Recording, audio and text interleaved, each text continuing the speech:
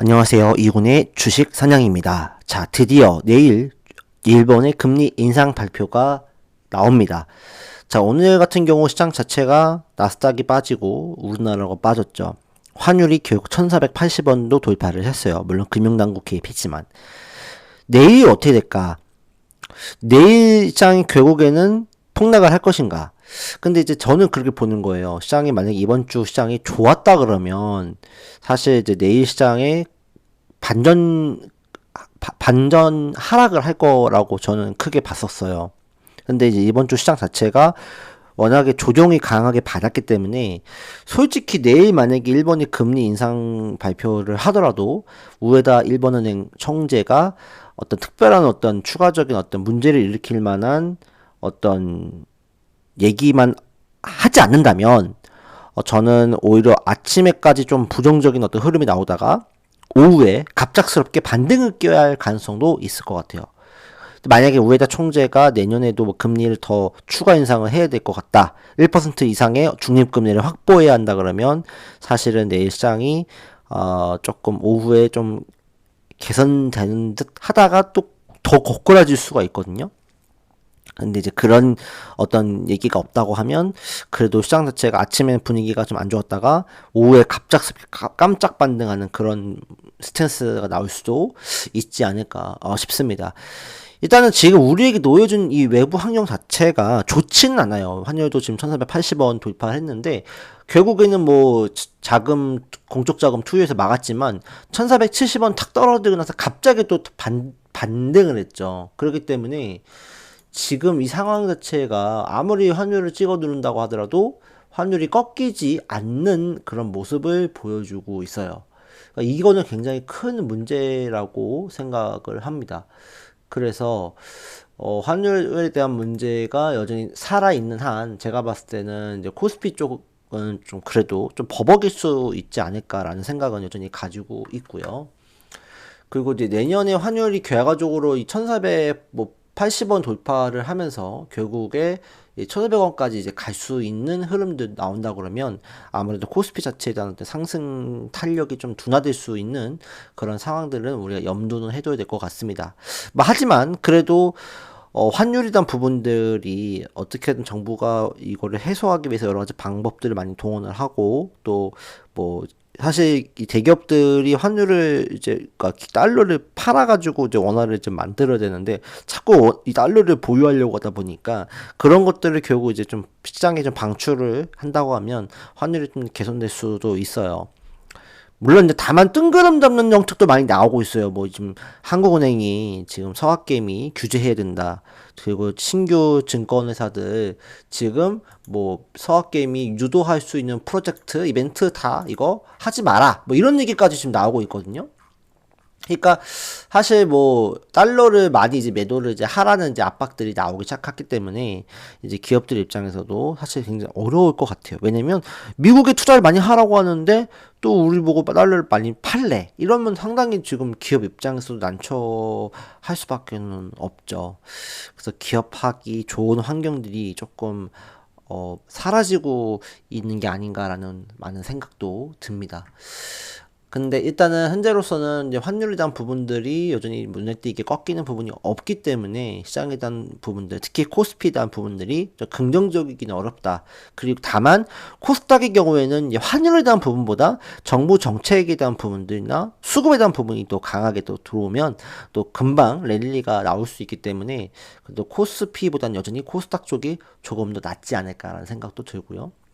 다만 또 코스닥 같은 경우에는 또 이런 문제가 있어요. LG 엔솔의 어떤 이 포드와의 계약 해지 규모가 상당히 컸었어요. 그래서 이게 거의 9조 6천억 정도인데 지금 어쨌든 미국의 트럼프 행정부가 여전히 지금 이제 전기차에 대해서는 부정적인 스탠스를 취하고 있기 때문에 뭐 사실 트럼프 대통령이 지금 이제 내년에 선거가 있잖아요. 근데 이것에 대해서 뭐 만약 혹시 식물 대통령이 된다.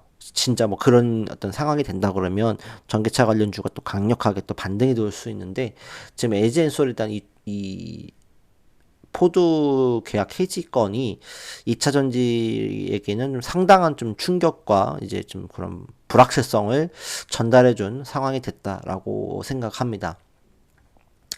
그래서 우리가 어쨌든 금리 인상, 일본의 금리 인상 발표가 나면은 어쨌든 폭락을 할지 폭등을 할지는 내일 이제 결정이 나겠죠. 근데 특별한 이슈가 없다고 하면 결국 이 시장은 다시 한번 턴 어라운드를 꾀할 것이라고 저는 보여지고, 다음 주는 이번 주보다는 좀 더 좋은 장이 나올 수 있지 않을까 하는 생각을 가지고 있습니다. 그러면은 우리가 이런 이 다음 주 산타릴리까지는 모르겠지만 어쨌든 반등을 꾀한다고 했을 때 어떤 종목군들을 봐야 될까라고 했을 때, 일단은 지금은 어떤 거냐면 2차 전지는 조금 안 좋을 것 같아요.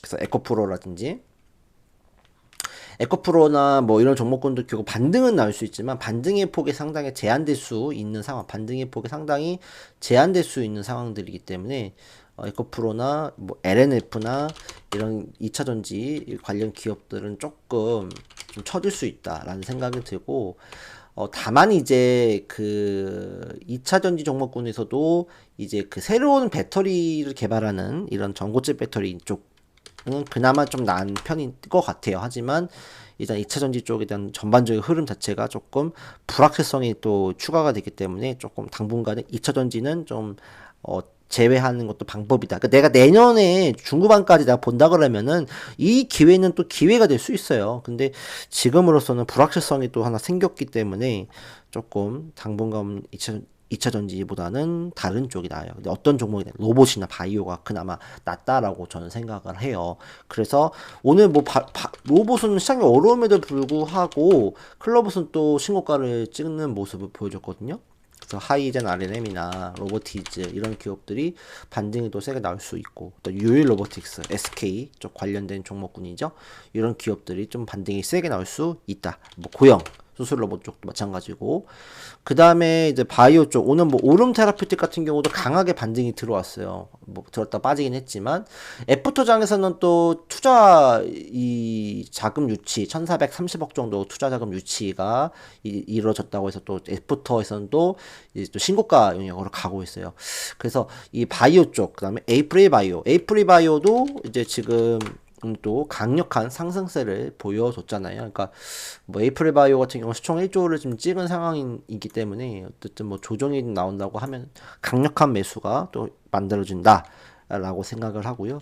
다음에 뭐 한미약품, 뭐 비만 치료제 한미약품도 이제 괜찮은 상황이고, 그 다음에 뭐 에이빌 바이오나 리가켄 바이오 이런 기업들도 여전히 주목해 봐야 될 것 같아요. 에임드 바이오는 제가 더 올라갈 수 있다 했는데 그 많이 잘 가고 있어요. 근데 에임드 바이오 같은 경우는 사실 지금 자리에서 사실 따라붙고 매수해도 괜찮긴 한데, 지금도 에임드 바이오가 또 사실은 더 올라갈 수 있는 확률이 높다라고 보지만, 또 올라간 종목, 지금 이제 조정을 받은 종목군들이 올라가고 기존에 올라갔던 종목이 또 빠질 수 있는 거예요. 그러니까 에임드 바이오 같은 경우는 오히려 더 빠질 수 있기 때문에, 또 에피소딩스도 마찬가지예요. 지금 바이오 종목군들이 다 지금 하방으로 갈 때 에피소딩스는 주구장창 올라갔어요. 그러니까 이런 종목군들이 오히려 바이오가 전반적인 바이오 올라갈 때 얘들이 좀 꺾일 수 있는 상황들이기 때문에 그런 거는 좀 조심을 좀 할 필요가 있다. 좀 조정에 대한 국면을 우리가 좀 보고 나서 매수를 하는 쪽이 낫겠다는 생각이 들고요. 반도체 소부장에서는 그 반등이 나올 수 있는 건 이수페타시스 이런 기업들 오일선 상봉이고 그랬지만 60일선 근처에서는 한번 매수가 가능하다라고 생각하거든요. 그래서 11만 원대에서는 한번 트라이 해볼 수 있다. 그 다음에 뭐 대덕전자 이런 기업들도 다시 한번 반등을 좀 시도할 수 있을 것 같고, 제가 12월 추천주를 말씀드렸던 해성 DS 이런 기업들도 이제 급등이 나왔는데 조정이 나오고 있는 상황이니까 한 번 더 밀린다고 하면은 매수해도 괜찮은 상황들이 저는 나올 거다라고 생각합니다. 기판 관련주, 인터플렉스, 심텍 뭐 이런 기업도 마찬가지고요. 그 다음에 최근에 상장을 했던 종목이 하나 있어요. 최근에 상장을 했던 종목이 CMTX. 이것도 한번 볼만합니다. 이것도 상장한 지 얼마 안 된 종목인데 자리를 만들었어요. 그래서 한 번 더 이렇게 튀어오를 수 있는 상황들이 나올 수 있기 때문에 조정이 음봉 나온다고 하면 더 좋고요. 왜냐면은 이 기업이 그래도 이번 주에 시장이 어려웠는데도 불구하고 그래도 이 매수세가 기간 매수세가 좀 있더라고요. 근데 코스닥 같은 경우는 기간 매수세가 되게 중요하잖아요. 근데 기관들이 지금 그래도 사줬어요. 100만, 1000만, 억, 10억, 100억, 200억 정도 샀잖아요. 그러니까 이런 기업들이 반도체 소부장이긴 하고, 또 뭐, 이 실리콘 파츠 기업으로서 삼성전자, TSMC 1차 어떤 협력사인데, 매출도 잘 나오고 있기 때문에 이런 기업도 한번 트라이 볼 만하다라고 생각을 합니다. 그 다음에 이제 뭐 바이오 쪽에서는 또 뭐 올릭스가 또 상당히 또 매수세가 들어왔는데, 올릭스도 한번 주목을 해볼 수 있다라고 생각합니다. 근데 올릭스 같은 경우도 이제 이 12만 원 정도 깨지지 않으면 괜찮을 것 같긴 하거든요. 근데 이제 제 생각에는 내일 한번 밀려주고 나서 급반등할 수 있는 기업이 또 올릭스가 될 수 있어요. 그래서 올릭스 같은 기업도 사실 이제 뭐 많이 올라갔긴 했지만 일단은 뭐 조정을 받았기 때문에 일단은 내일 한번 밀렸을 때 만약에 뭐 계속 하락하는 흐름이 계속적으로 이어진다고 하면 매수하시면 안 될 것 같고, 하락을 뭐 하다가 말아주는 이렇게 회복을 시켜주는 모양이 나온다 그러면 한번 사볼 만하다라고 또 생각을 합니다. 올릭스. 그 다음에 뭐 슈젤 같은 종목군들도 한번 반등이 세게 나올 수 있지 않을까. 이런 기업들도 반등이 한번 세게 나올 수 있어요. 기술적 반등을 노리고 이제 가는 거예요. 얘는 뭐 추가적인 어떤 거대한 세세를 내지는 못할 수 있겠고, 기술적 반등이 나올 수 있는 상황들, 예를 들어서 뭐 27만 원 정도까지 한번 노려볼 수 있는, 26만 원, 7만 원 정도까지. 그다음에 이제 뭐 클래시스 같은 경우는 사실 이제 굉장히 중요한 자리예요. 이 자리를 뛰어넘어줘야 되는데 못 넘어준다 그러면 이제 클래시스는 이제 굉장히 큰 하락이 나올 수 있거든요. 그래서 이 내일이나 뭐 월요일 날에는 무조건 양봉 나오면서 전고점을 뚫어주는 양봉이 나와줘야 돼요. 그래야지 희망이 좀 있다. 여전히 조금 지켜볼 필요는 있을 것 같아요. 그 다음에 이제 화장품 업종을 좀 주목해 볼 필요가 있을 것 같아요. APR 같은 경우는 지금 많이 올라갔긴 했지만 조정을 상당히 견조하게 받고 있기 때문에 이렇게 아직까지 시세가 꺾이지 않는다는 건 한 번 더 파동이 나올 수 있다는 거예요. 근데 이제 중요한 거는 이제 내일 이 23만 원 23만 원짜리만 안 깨진다 그러면, 보수적으로 23만 한 5천 원 이 정도가 안 깨진다 그러면 한 번 더 파동이 나올 수 있을 것 같거든요. APR도 한번 주목해 봐야 될 것 같고, 달바 글로벌도 마찬가지입니다. 이것도 조정을 많이 받았잖아요. 이제 화장품 업종은 내년에도 굉장히 또 좋을 거기 때문에 달바 글로벌도 주목해 봐야 될 것 같고, 그다음에 여태까지 말씀 잘 안 들었던 뭐 엔터 관련주 SM도 이제 한번 주목을 해볼 때가 됐다라고 생각합니다. 그래서 SM이라든지 또 뭐 JIP라든지 이런 기업들도 이제 우리가 한번 턴 어라운드를 내년에 시도해볼 수 있는 업종으로 우리 선별해 볼 수 있다라고 생각을 합니다.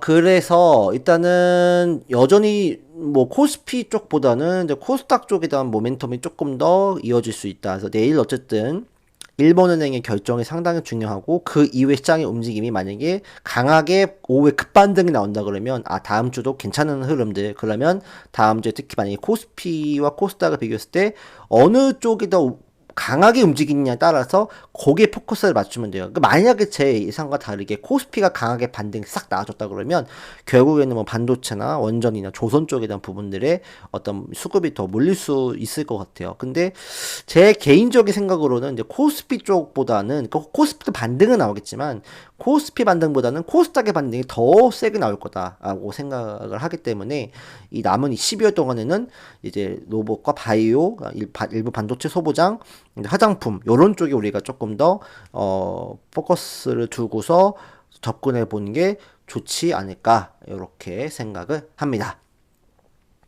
자, 오늘 방송 여기까지 하겠고요. 12월 추천주 종목군들 상당히 좋아요. 클로버도 신고가 가서 78%, 오름테라피 68%, 정규장 기준이에요. LNC바이오도 38%, SBB테크 31%, 고영, 유일로보틱스, 에이퓨레바이오는 또 급등하면서 신고가 갔고요. 그래서 해성DS도 신고가 갔고, 그래서 다행히 이번 달은 전 종목 모두 이제 수익을 벌 수 있었다. 정말 감사하게 생각을 합니다. 어쨌든 올해 이제 마지막 있잖아요. 그러니까 이번 달 같은 경우 제가 12월 공략주, 그러니까 1월 공약주죠. 1월 공약주는 제가 12월 말에 한번 일부를 한번 소개를 한번 해드리고 1월에 좀 초순에 좀 매출 영업일 좀 매출 보고 나서 다시 한번 여러분께 좀 말씀을 드리는 시간을 가지려고 합니다. 그래서 1월달 내년에도 여러분들 모두 성투하시고 수익을 잘 내셨으면 좋겠습니다.